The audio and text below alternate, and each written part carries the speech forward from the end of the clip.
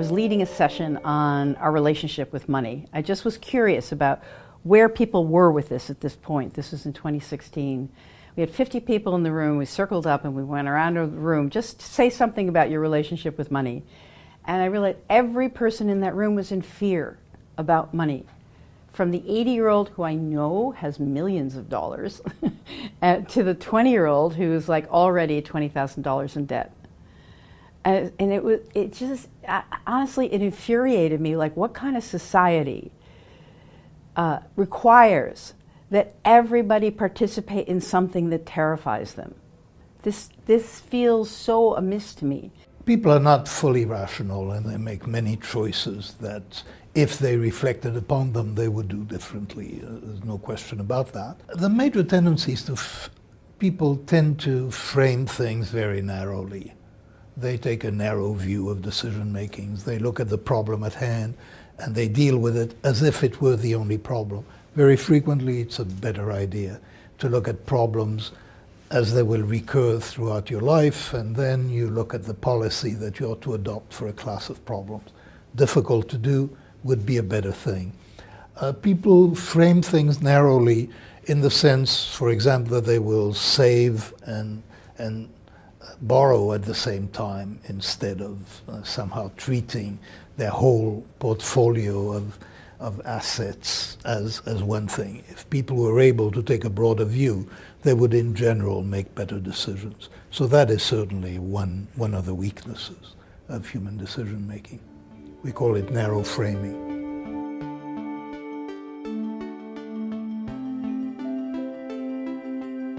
First of all, I'd like to distinguish between independence and freedom. So financial freedom is like freeing your mind. Financial freedom is understanding that I'm me and there's an economy out there and I have a relationship with it, but it doesn't run my life. You know, it's freeing my mind from the messages of the consumer culture, the messages of the economy, the messages that, you know, a house is a starter house. No, that's my house. I could die in my house, you know. It's like there's so many presumptions that drive us into wage slavery, debt, and it doesn't matter whether you are at the low end or the high end. If you are engaged in that sort of anxious process of more, you are not free. So the first layer of financial independence I talk about is this freedom of the mind, is freeing your mind, of saying like, I am sovereign, the economy is secondary.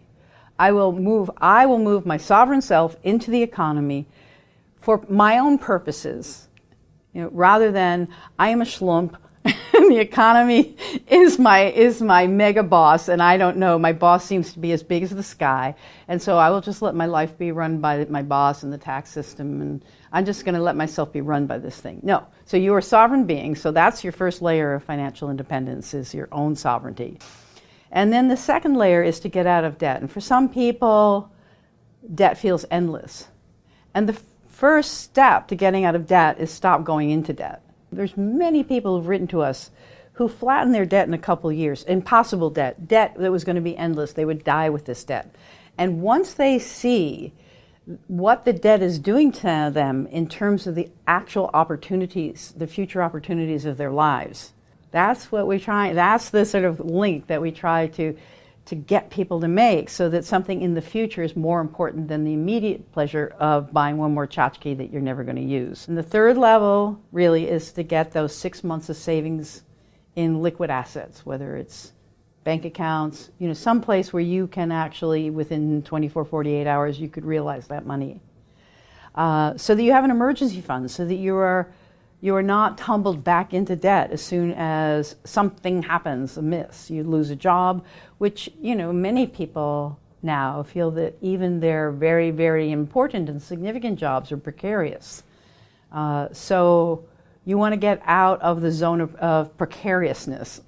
And part of how you get out of that precariousness is savings. And then over time, the next layer of financial independence is you start to see that surplus savings can be invested in such a way that it throws off an income. And over time, if you become a systematic and sometimes obsessive saver, and you can see, you could chart it, you can watch your passive income grow.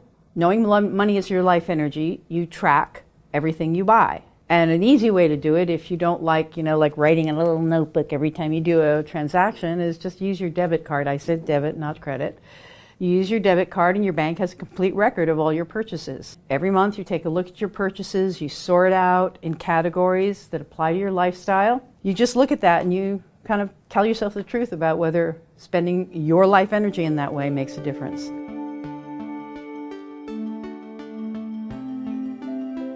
You need to be numerate for certain kinds of decisions. So numerate people have a significant advantage over those who are not. Understanding compound interest makes a huge difference whether you're a credit card borrower or somebody with saving. People have a very hazy idea of compound interest, and it's very detrimental. So I would say that, first of all, you need to be numerate, but many people are. Then you need to frame things broadly. I mean, that's it frequently goes with numeracy, but it's not quite the same thing. By taking the broad view, it is very important not to have overly strong emotional reactions to events. And what I mean by that is that most of us tend to respond to gains and to losses, to changes that happen in our life. Actually, you're better off if you frame things broadly and you think you win a few, you lose a few, and you have very limited emotional response to small gains and to small losses.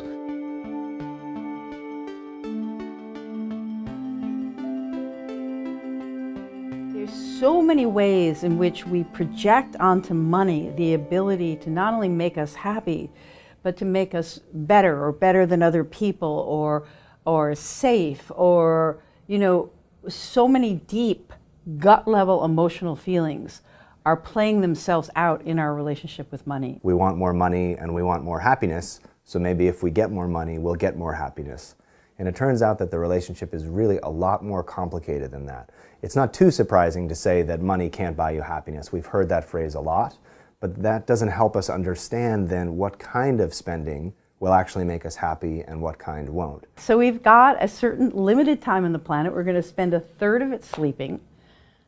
We're going to spend another third of it, commuting and showering and, and sitting at a desk and doing somebody else's bidding. That's not a lot of life. So you think I got a third, I have a third of my waking hours are mine to do whatever I want, who am I? So it's like, it then sends it into an existential question. Who am I? What do I care about? What do I want the impact of my actions to be? What do I want to learn? What do I want to understand? What do I want to feel, taste, touch? What do I want in what Mary Oliver calls my one wild and precious life? What we tend to find when we look at the data is that the biggest category of things that people spend on is stuff for themselves. Of course, we need to pay rent or our mortgage, we need to have a car, we need to have food and clothes, but it seems as though people are spending an inordinate amount of their money on stuff for themselves. And the biggest problem from our standpoint as psychologists is the percent of money that you spend on stuff for yourself is completely uncorrelated with how happy you are with your life. It doesn't make you unhappy. It's not like if you buy a lot of stuff you're miserable, which sometimes we think is the case. It's just the case that it's flat. No matter how much it seems you buy for yourself, nothing really seems to happen. Once people start to pay attention to the flow of money and stuff in their lives in this way, their consumption drops by about 20 to 25% naturally, because that's the amount of unconsciousness that you have in your spending. So when you become conscious, that falls away. Many people say they don't even know what they used to spend their money on. They just, ooh, surprise, I'm spending less. I don't know how that happened. I just paid attention. I just asked myself, is this purchase of something making me happy? When you focus on other people, you sort of reverse the arrow from me to you. It seems that on average, when people give to others, which can be giving to charity, it can be treating a friend to lunch, it can be buying people gifts, that those actions of giving rather than keeping seem to be associated with more happiness. But another opposite of stuff for yourself is to think about changing. You can still spend on yourself, but change from stuff to something else. And lots of research over the last decade has shown that on average, when people buy experiences, it tends to pay off in more happiness than buying stuff for themselves. Often when we buy stuff for ourselves, we end up by ourselves with our stuff. Think of yourself on your phone, playing a video game, whatever else it might be. You're often alone with your stuff. Whereas experiences, yes, we do some experiences solo, but many, many experiences have built into them that they're social. If we go out to dinner or go see a movie or go on a hike or whatever else it might be, now we're with other people. Turns out that talking to other people makes us happy. Even casual interactions with other people make us happier than sitting by ourselves in a room.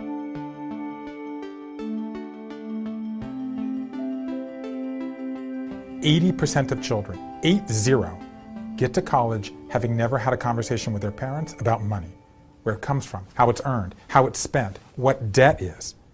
You can't just give your kids, launch them into their lives without giving them the tools.